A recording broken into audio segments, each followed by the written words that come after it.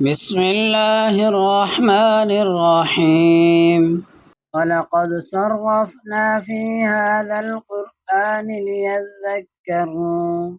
وما يزيدهم إلا نفورا. قل لو كان معه آلهة كما يقولون إذا لابتغوا إلى ذي العرش سبيلا سبحانه وتعالى عما يقولون علوا كبيرا تسبح له السماوات السبع والأرض ومن فيهن وإن من شيء إلا يسبح بحمده ولكن لا تفقهون تسبيحهم إنه كان حليما غفورا. وإذا قرأت القرآن جعلنا بينك وبين الذين لا يؤمنون بالآخرة حجابا مستورا وجعلنا على قلوبهم أكنة أن يفقهوه وفي آذانهم وقرا وإذا ذكرت ربك في القرآن وحده ولوا على أدبارهم نفورا نحن أعلم بما يستمعون به إذ يستمعون إليك وإذ هم نجوى إذ يقول الظالمون إن تتبعون إلا رجلا مسحورا انظر كيف ضربوا لك الأمثال فضلوا فلا يستطيعون سبيلا فقالوا أئذا كنا عظاما ورفاتا أئنا لمبعوثون خلقا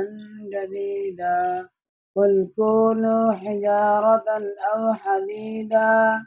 أو خلقا مما يكبر في صدوركم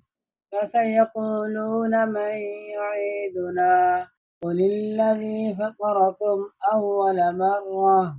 فسينغضون إليك رؤوسهم ويقولون متاه قل عسى أن يكون قريبا يوم يدعوكم فتستجيبون بحمده وتظنون إن لبثتم إلا قليلا فقل لعبادي يقولوا التي هي أحسن إن الشيطان ينزغ بينهم إن الشيطان كان للإنسان عدوا مبينا ربكم أعلم بكم إن يشأ يرحمكم أو إن يشأ يعذبكم وما أرسلناك عليهم وكيلا فربك أعلم بمن في السماوات والأرض ولقد فضلنا بعض النبيين على بعض وآتينا داود زبورا قل ادعوا الذين زعمتم من دونه فلا يملكون كشف الضر عنكم ولا تحويلا أولئك الذين يدعون يبتغون إلى ربهم الوسيلة أيهم أقرب ويرجون رحمته ويخافون عذابه إن عذاب ربك كان محذورا وإن من قرية إلا نحن مهلكوها قبل يوم القيامة أو معذبوها عذابا شديدا كان ذلك في الكتاب مسطورا وما منعنا أن نرسل بالآيات إلا أن كذب بها الأولون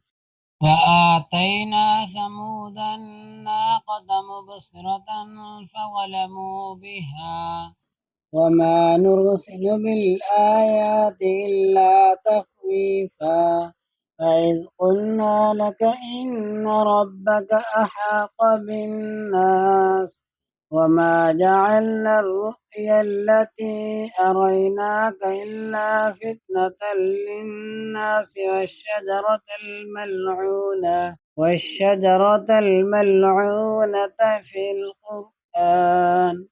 ونخففهم فما يزيدهم إلا طغيانا كبيرا